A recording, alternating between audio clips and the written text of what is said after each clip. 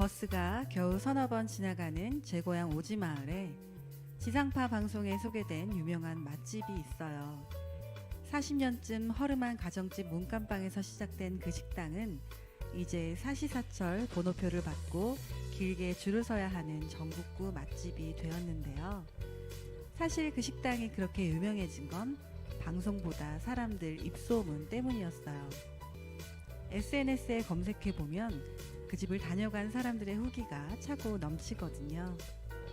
밀려드는 외집 사람들 입맛에 맞추느라 음식은 본연의 맛을 잃었지만 사람들은 여전히 몰려가 맛있다며 사진 찍기에 바빠요. 그런 모습을 보고 있자니 문득 하나님께서 이렇게 물으시는 것 같았어요. 저들의 열심만큼 너는 그리스도의 복음을 전하는 일에 열심을 쏟고 있니? 제가 감히 네! 라고 대답할 수 있었던 것은 우리 교회 가스펠센터 MBTI 사역 덕분이었어요.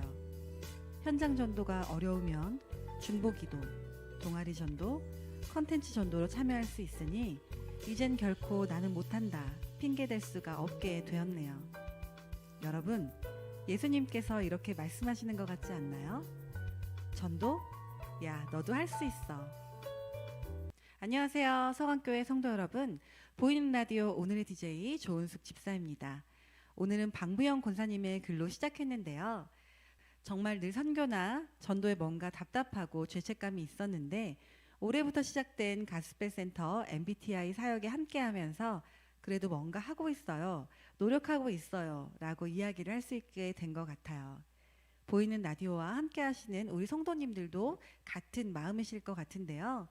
오늘은 늘 관심 있고 하고 싶어 하지만 막상 실행에 옮기기는 힘든 해외 선교에 대한 이야기를 나눠볼까 합니다. 어떤 이야기를 나눌지 먼저 영상으로 함께 하시죠.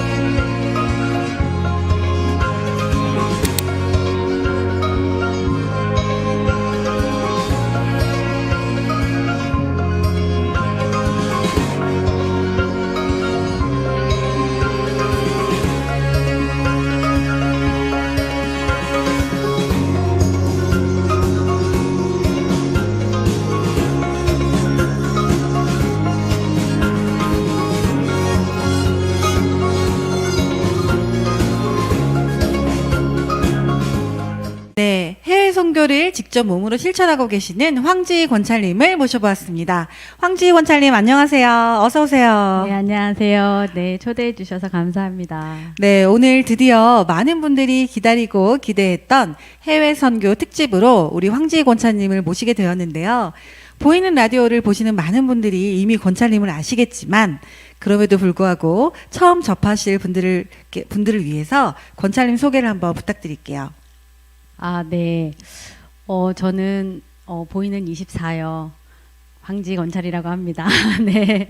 많이 관심도 가져주시고, 별거 아닌 사람인데도 되게 막 칭찬해 주시는 분이 많아가지고 제가 몸둘 바를 모르겠는데 저는 그냥 평범한 그냥 두 아이의 엄마고 그냥 아줌마입니다. 사실은.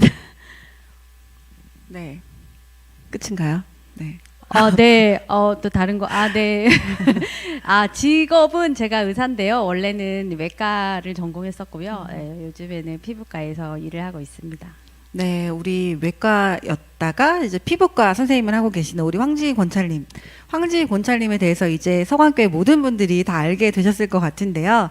많은 분들을 대신해서 제가 우리 황지희 권찰님께 해외 선교에 대한 질문을 이어나가 보도록 하겠습니다. 먼저 첫 번째로 저는 이게 궁금했어요. 해외 선교를 하실 정도라면 모태신앙이신지 언제부터 그 신앙을 갖게 되셨는지 그게 궁금하거든요. 아, 네. 저는 사실 모태신앙이 전혀 아니고요. 저희 어머님, 아버님은 아직도 이제 교회를 다니시지 않으시고 제가 이제 매번 이제 예수님을 믿어야 된다, 천국 가야 된다 이야기하면 또 시작이다 하시면서 전화를 끊으시거든요. 네, 저는 이제 어렸을 때, 아주 어렸을 때 집 근처에 교회가 있었어요. 그리고 그 교회를 잠시 주일학교를 다녔었던 기억이 있어요. 근데 많이 다니진 않았던 것 같은데, 근데 아주 어렸을 때 제 마음속에 내가 언젠가는 꼭 예수님을 믿어서 천국을 가야지, 이런 이 생각은 했던 것 같아요. 근데 이제 사실 그 이후에 다시 이제 교회를 가게 됐던 거는 이제 고등학교 2학년 때였고, 제가 이제 자취를 했는데 이제 그 옆방 친구가 교회 한번 가보자 해서 따라갔다가 이제 그 교회에 이제 정착을 하게 됐고, 그 교회가 얼마 전에 제가 이제 고향 교회 목사님 초청해서 오셨는데, 그때 그 교회에 제가 처음 다니기 시작했었고, 근데 그 친구, 저를 데리고 왔던 그 친구는 이제 2번인가 가고 교회 안 나오더라고요. 그래서 저만 그 교회에 꽂아놓고 이제 안 나오더라고요. 그래서 그 이후부터 이제 예수님을 이제 믿으며 신앙생활을 하게 되었던 것 같아요. 네, 어릴 때 잠깐 경험했던 주일학교 생활에서 예수님을 믿어야겠다라고 생각을 하셨고, 친구의 권유로 고등학교 때, 근데 고등학교 때부터 자취를 했다고 하니까 굉장히 이른 나이에 자취를 하게 되셨네요. 그런데 거기서부터 이제 계속 지금까지 신앙생활 하게 되신 건데, 사실 해외 선교를 할 정도라고 하면 저는 부모님들도 다 그 믿음 생활을 하시는 분들이실 거라고 생각을 했는데, 또 그게 아니라고 하니까 굉장히 의외라는 생각이 또 듭니다. 그런데 그러면 해외 선교를 그냥 일반적인 봉사나 이런 것들도 아니고 해외 선교를 하시게 된 계기가 있을까요? 특별한 계기가 있었을 것 같아요.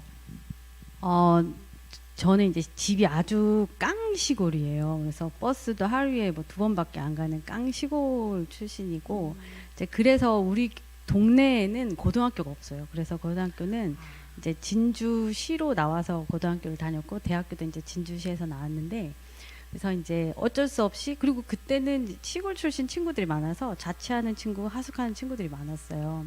이제 그 이후로 그러니까 제가 이제 독립을 하는 거죠. 그러니까 독립심이 되게 이제 컸던 것 같아요. 그래서 그때부터.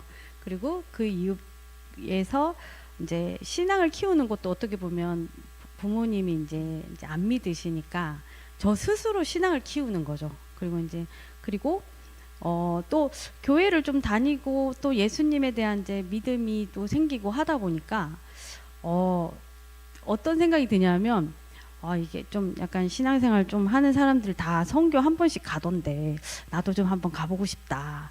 약간 그런 뭐랄까 그냥 가오를 잡는다고 해야 되나? 나도 좀 예수 믿어 막 이런 느낌으로, 그래서 이제 선교를 한 번은 가야지 막 이런 생각을 했어요. 근데 이제 제가 이제 대학교 이제 의대를 가고 이제 본과 2학년이 되었을 때, 이제 의대 같은 경우에는 이제 본과가 되면 방학이 없어지기 시작해요. 그래서 본과 2학년 여름 방학이 좀 긴 방학, 마지막 방학이에요. 그 이후부터는 방학이 뭐 2주 이런 식으로밖에 없어요. 여름도 겨울도. 그래서 제가 다닐 때 학생 생활 때는 그랬어요. 지금 어떤지 모르겠는데, 그래서 이게 진짜 마지막 기회다. 이때 내가 이제 선교를 나가지 않으면 이제 졸업하고 인턴 레지던트 쭉쭉쭉 있으니까 못 갈 것 같다, 이런 생각에, 그래서 이번에는 꼭 단기 선교를 어디 가야 되겠다, 이런 생각을 했는데, 그래서 이제 찾아본 게 그럼 선교에 대해서 배워야 되지 않냐, 이런 생각에서 이제 혹시 이렇게 선교 단체 같은데 훈련 프로그램을 좀 찾아봤고, 또 그때 마침 어떤 선배가 이제 여기 해봐라 해가지고 이제 좀 훈련을 받게 되었어요. 그래서 이제 선교에 대해서 이제 배우게 되었는데 정말 저는 이제 선교를 배우면서 뭔가 이 신앙의 그 시야가 엄청 넓어졌다고 할까요? 그래서 정말 많은 걸 놀랐어요.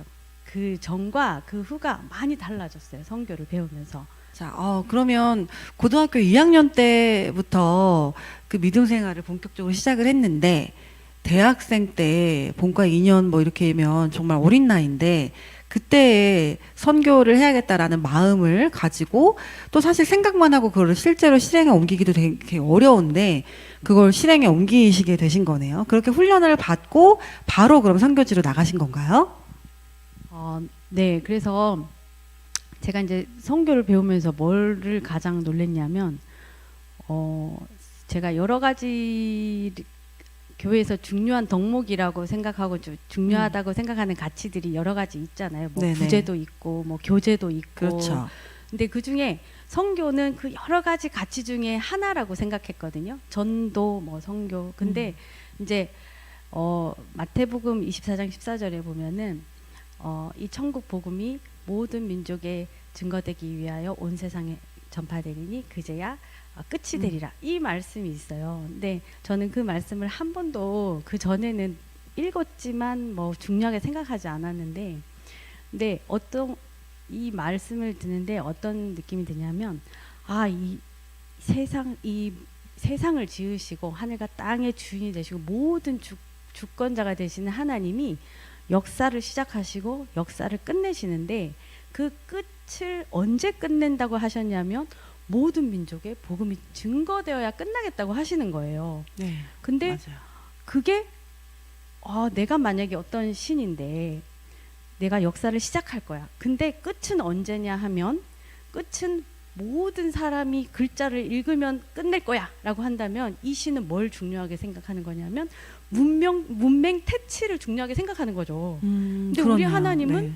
역사의 시작을 하셨는데 끝은 모든 민족의 복음의 증거야.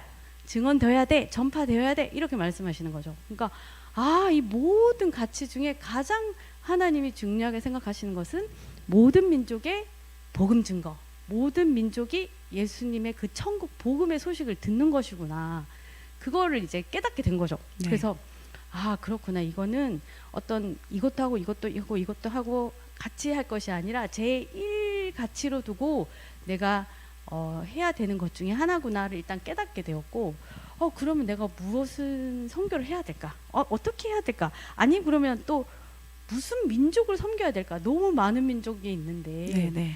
그런 생각을 이제 하면서 이제 처음으로 이제 가게 된 곳이 이란이라는 곳이었어요. 이란을 선택하게 된 특별한 계기가 있으세요? 방금 다양한 의견을 놓고 다양한 어떤 생각을 가지고 선택한 나라라고 하셨는데 어떤 이유로 이란을 선택하셨는지 좀 궁금해지네요. 그러니까 다른 분들이 막 기도를 하면은 이제 막 떠오르는 뭐 민족이 있다는 거예요. 네. 그래서 또 어떻게 뭐 사람들이 나는 이 민족이 너무 좋아, 뭐 아니면 어떤 나라가 너무 좋아, 난 이 나라를 섬길 거야, 막 그런 하나님의 뭔가 계시 같은 게 주시는 분도 있다라고 하는데 저는 아무리 기도해도 아무것도 안 떠오르더라고요. 그래서 네. 저는 이렇게 생각해서 저는 좀 성격도 급하고 그래가지고 에라 모르겠다. 일단 아무거나 뽑자. 그래서 내가 아는 거 다 적고 제비 뽑았어요. 그래서 네. 그리고 일단 뭐라도 하나 기도하고 섬기고 있다가 하나님이 아니다, 여기가 영 아니다. 아니다 이러면 아마 바꾸시겠지. 그렇죠. 아무것도 안 하는 것보다는 그냥 아무거나 한 개라도 섬기고 기도하고 있자 이런 마음으로 이제 제비를 뽑은 거죠. 일단 어디로 나가자 이런 마음으로. 네, 일단 어디든지 해보자. 뭐 네. 이래가지고 이란을 먼저 뽑고 이제 그러면 이란에 그때 선교팀이 여러 개 있었는데 그 중에 이제 이란 팀에 이제 합류하게 된 거죠. 네. 아니 앞에서 선교의 시작을 말씀하시면서 선교에 대해서 비전을 말씀하시고 막 이래가지고 이란을 선택한 아주 특별한 이유가 있을 거라고 생각했는데 대반전이네요, 여러분. 그냥 뽑기로 이란을 뽑았다. 그런데 사실 이것도 하나님의 역사하심이 아닐까 싶어요. 그 뽑기를 행하는 그 이란을 뽑게 하심이 또 하나님의 역사가 아니었을까라는 생각이 드는데요. 막상 이란이라는 곳에 가셨 가셔서 해외 선교를 해보시니까 의료봉사로 가신 거죠? 의료 선교로 가신 건가요? 아니요, 그때는 제가 학생이었기 때문에 네. 그냥 의료 선교가 아니고 그냥 아, 복음 전도팀이었어요. 복음 전도팀이셨군요. 그 실제로 해외 선교를 나가보았더니 그 해외 선교의 모습이 어땠는지 실제 나갔을 때 느낌이나 이런 것들이 또 궁금해지네요. 그리고 가서 일단은 어떤 사역을 했냐, 그냥 사실 이제 복음을 모르는 사람이 너무 많기 때문에 그냥 그 복음을 어떤 형태로든 들려줘야 되겠다는 생각을 했어요. 근데 제가 뭐 말이 통하는 것도 아니고, 그러니까 이제 복음을 선교사님한테 이렇게 한국말로 좀 적어주세요, 이렇게 해가지고 따라 읽을 수 있게 아주 단순하게 짧은 쪽복음 같이 이렇게 적어달라고 해가지고, 네. 그래서 이제 어떻게든 누구를 만나도 듣든지 말든지 이야기를 해줘야 되겠다라는 생각에 이제 주로 택시를 많이 타고 이동하거든요. 네, 택시만 타면은 일단 읽는 거죠, 저는. 네. 그리고 같이 갔던 팀원들은 기도하고 그리고 이제 읽고 뭐. 그런데 이제 좋은 점이 뭐냐면, 한국에서는 만약에 택시를 탔는데 우리가 복음을 전하잖아요. 네. 그러면은 그 듣는 사람이 막 무슨 반박을 하잖아요. 네, 네. 근데 여기는 반박을 할 수가 없죠. 왜냐하면 내가 못 알아들으니까. 아, 그렇죠. 그러니까 그래서 전도가 너무 쉬워요. 그냥 내가 내뱉으면 되니까. 그렇죠. 이거 다 뭐 듣든지 말든지 다 말을 그리고 말을 다 할 수 있어요. 중간에 끊을 수가 없으니까 그분들이 내가 못 알아듣는 거 알거든요. 네, 네. 그래서 다 이야기를 할 수 있어요. 그리고 제가 이제 발음이 안 좋기 때문에 엄청 집중을 해서 들어줘요. 아, 무슨 말을 하는지 도대체. 도대체 뭘 말하고 있느냐. 네. 우리가 어떤 어줍지 않게 한국말 하는 사람이 막 뭐를 열심히 말을 하려고 하면 엄청 잘 들어줄 거 아니에요. 네, 뭐라고 네. 하는 거야 도대체. 네. 예, 간혹 그럴 때 뭐 보면은 옆에 사람이 막 도와줘요. 아, 이렇게 말하는 거야. 말하면서 그래서 여튼 많은 사람한테 복음을 전해. 여튼 뭐 할 수 있는 만큼 해야 되겠다는 생각으로 막 이렇게 사람 만나는 사람마다 네. 이렇게 그걸 읽어줬고, 그래서 한 40-50명 정도 읽었던 것 같아요. 40-50명. 혹시 지금 기억나시나요? 전혀 안 나죠. 한번 시켜보려고 했는데 기억이 안 나시네요. 네. 네. 그때 혹시 어떤 열매나 이런 게 있으셨나요? 근데 이제 그때는 열매가 전혀 없었어요. 전혀 없었고, 모르겠어요. 그래서 이제 제가 복음을 뿌리는 사람이지 사실 그걸 키우고 열매 맺게 하시는 분은 또 네. 하나님이시니까. 네. 그래서 그렇지만 이제 큰 열매는 저죠, 사실 어떻게 보면. 하나님의 마음을 그렇죠. 알게 된 저인 거죠. 그 사람들을 안타깝게 여기고 정말 사랑하고 위해서 기도해 줘야 되겠다는 마음을 가지고 이제 한국으로 돌아온 제가 가장 큰 열매이지 않을까. 너무 멋진 말씀이시네요. 네. 네. 그렇게 해외 선교를 처음으로 다녀왔고 그 이후로 지속적으로 이제 선교를 하시며 지금도 계속 하고 계시잖아요. 그렇게 그러니까 다녀와서 일반 선교를 다녀왔는데 어떻게 한 번이 아니라 지속적으로 해외 선교를 나가게 되었는지도 사실 궁금해요. 첫 번째 선교의 마음에 그게 심어졌을까요? 그런 마음이? 제가 이제 이란을 다녀오고 이란을 갔을 때 너무 마음이 안타까웠잖아요. 네. 그리고 그 선생님이 그 현지에 계신 선교사님이 뭐라고 말씀하셨냐면, 이란은 너무 어려운 나라예요. 자기가 여기서 7년을 있었는데 7년 동안 한 명의 친구를 사귀었고 그 친구한테 복음을 전했는데 그 친구가 자기를 고발했어. 했다고 말씀하시는 거예요. 네. 그러면서 너무 여기가 잘 안 이렇게 전도도 안 되고 힘들다. 자기는 얼음 낚시를 하러 왔는데 7년 동안 아직도 얼음을 못 깬 것 같은 느낌이다. 이렇게 말씀하시는 거예요. 그래서 네, 너무 네. 안 됐잖아요. 근데 이상하게도 저희 팀 내에서는 엄청 부흥할 거라는 그런 소망이 막 생기는 거예요. 네네.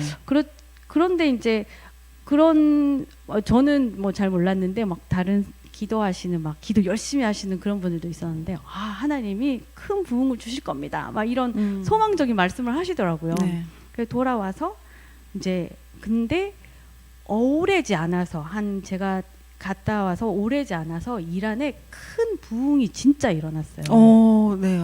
그렇군요. 예, 근데 그 이란 기독교의 부흥의 소식은 전 세계적으로도 아주 유명하고 뭐 정말 지금도 많은 이란 기독교인들이 정말 죽음을 각오하고 복음을 전하고 있고 그 사람들이 난민으로 나오고 있고 하여튼 이란의 부흥이 정말 대폭발적인 부흥이 일어났어요 실제로.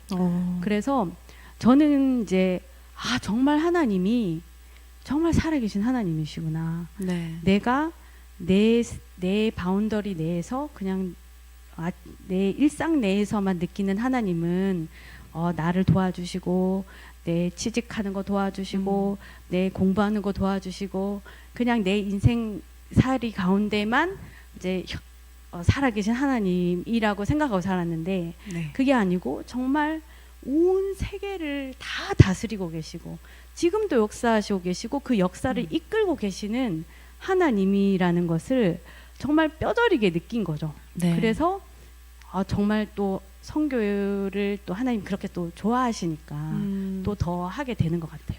정말 그랬을 것 같아요. 그냥 일반인들도 이란의 부흥의 소식을 들으면 이란에서 부흥이 일어났다고? 라고 하면서 조금 되게 다르게 느껴질 텐데 실제로 내가 선교를 가서 직접 눈으로 보고 얼마나 어렵고 힘든 나라였다라는 것을 아는 그런 마음인데 그런 생각을 가지고 있는데 이란이 부흥했다라는 소식을 들으니까 남들보다 일반인들보다 더 크게 그게 또 마음에 와닿았을 것 같고 그게 그 다음 선교로의 길로 이어지셨을 것 같다라는 생각이 드네요. 그러면 그 의대 생활을 끝내고 해외 봉사를 다시 시작하게 되신 거예요? 아니면 계속 이어서 학교 생활을 하면서 하셨는지 그것도 좀 궁금해지네요. 학생 때는 이제 그 이후에는 뭐 갔던 데도 있어요. 아니요 학생 때는 못 갔던 것 같아요. 그리고 네네. 졸업하고 나서 아프가니스탄을 갔어요 한번. 아프가니스탄이요. 굉장히 쉽지 않은 것만 다녀왔네요. 네, 일반인들은 가기 그렇네요. 힘든 그런 아프가니스탄. 네. 그때는 지금은 이제 아프가니스탄 못 가는데 그때는 딱 반짝 아프가니스탄 가기 좋은 시기가 있었어요. 그래서 네. 그리고 그 이후에는 이제 의사로서 이제 의료 선교를 주로 많이 나가게 된 것 같아요. 의료 선교라고 하면 실제 의료 선교는 어떤 건지 궁금하거든요. 그냥 가서 치료해주고 뭐 이렇게 하는 게 의료 선교인가요? 네, 그 의료 선교는 이제 의료를 통한 선교인 거죠. 사실 이제 네네. 어떻게 생각하는지에 따라 이제 좀 다를 수도 있겠는데 저는 이제 좀 그렇게 생각해요.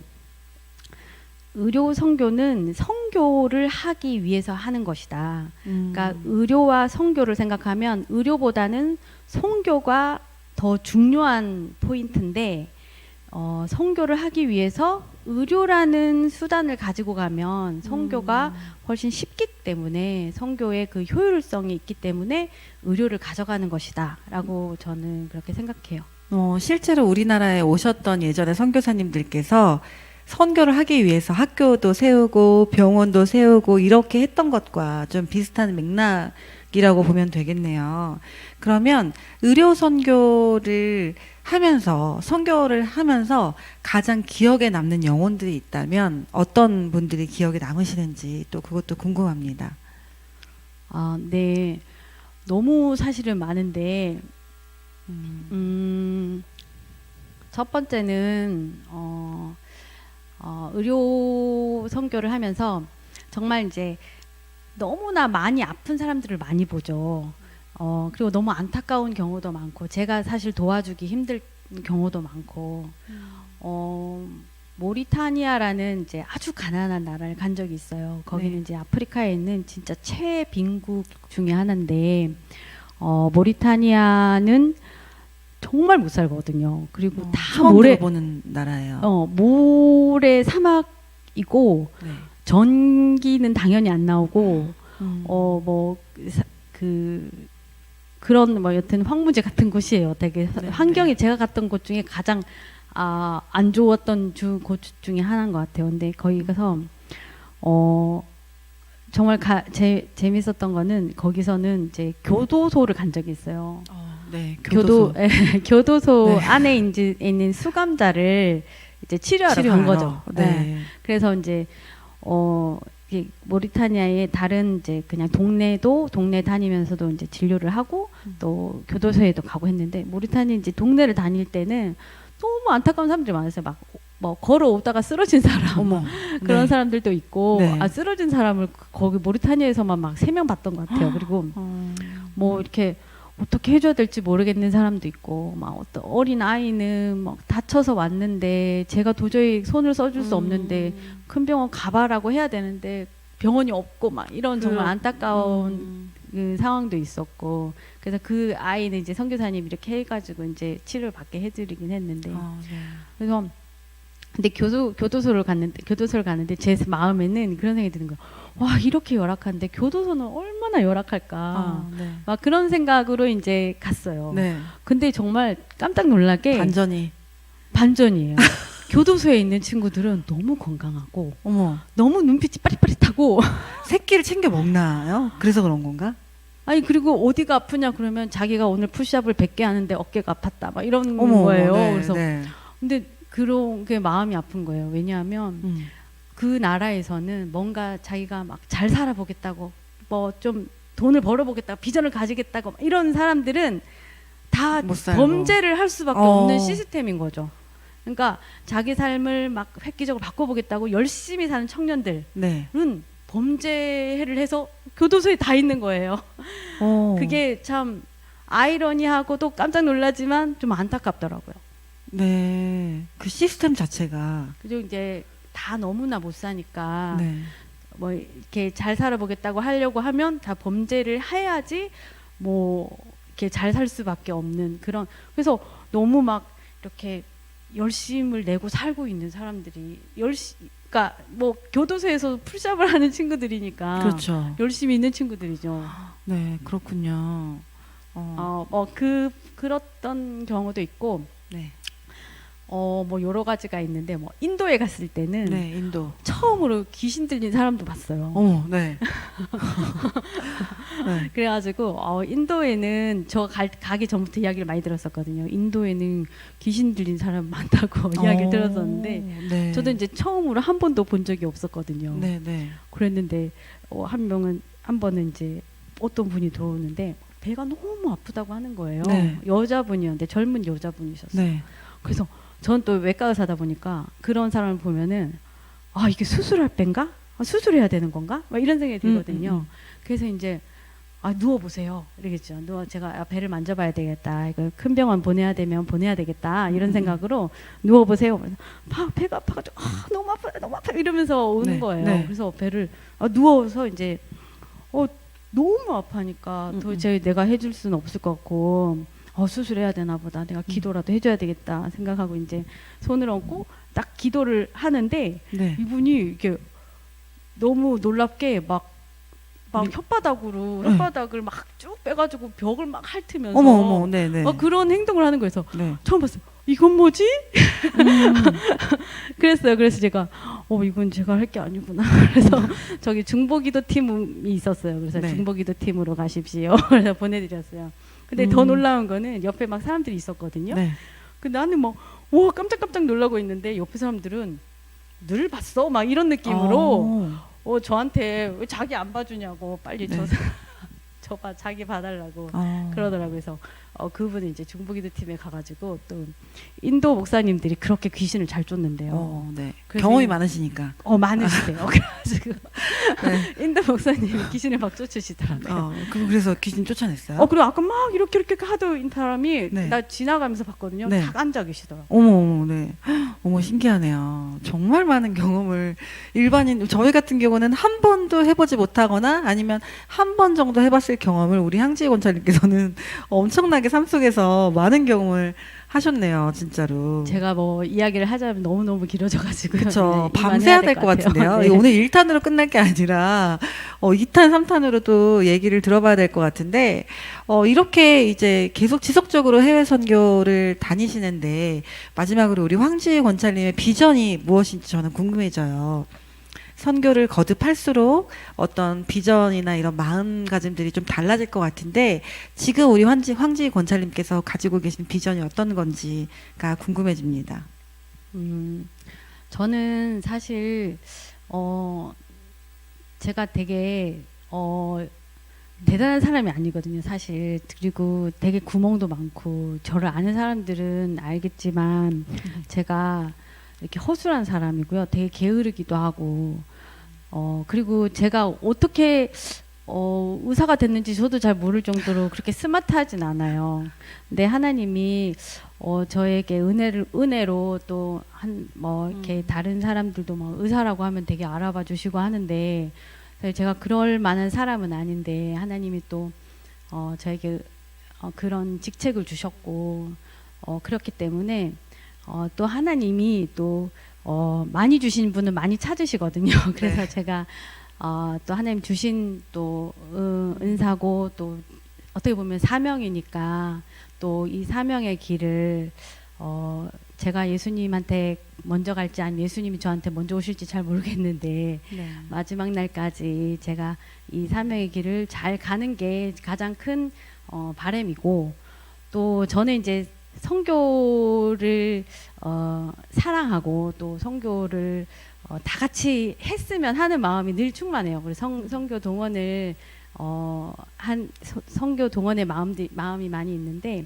저희 교회 성안교회 분들이 다 열심히라면 정말 둘째가라면 서러울 맞아요. 네. 열심히 있는 분들 진짜 많잖아요. 네, 그래서 네.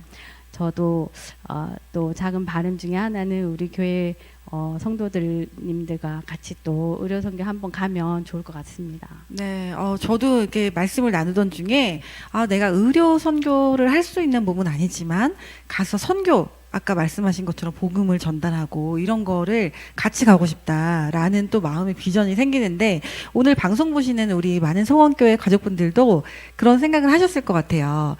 이런 씨앗 하나하나 우리 또 교회가 선교를 많이 하는 교회잖아요. 결국에 우리가 선교팀을 꾸려가지고 해외를 나갈 수 있지 않을까라는 그런 생각이 또 듭니다. 네, 오늘 황지희 권찰님과 함께한 해외 의료봉사 이야기는 정말 신비스럽고 감동적이었습니다. 해외에서 헌신적으로 의료봉사를 펼치시는 황지희 권찰님의 이야기를 들으며 많은 감동을 받기도 했는데요.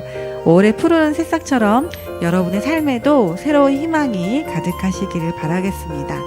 네, 여러분도 해외 선교와 봉사활동을 통해 주님의 사랑을 전하는 기쁨을 느껴보시길 권해드리고요. 아직 나 근데 부족한 게 많아서 해외 선교는 못 나가는데 라고 하시는 분들 저희 교회에는 가스펠 센터와 다문화 가족 센터가 있습니다. 그 두 센터를 방문하셔서 여러분들이 함께 선교를 하실 수 있으니까 꼭 동참을 많이 해주셨으면 좋겠습니다.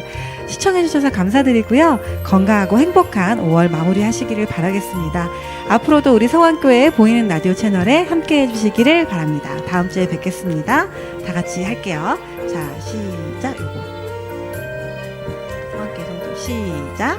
성안교회 성도 여러분 사랑하고 축복합니다. 다음 주 토요일 11시에 만나요. 안녕.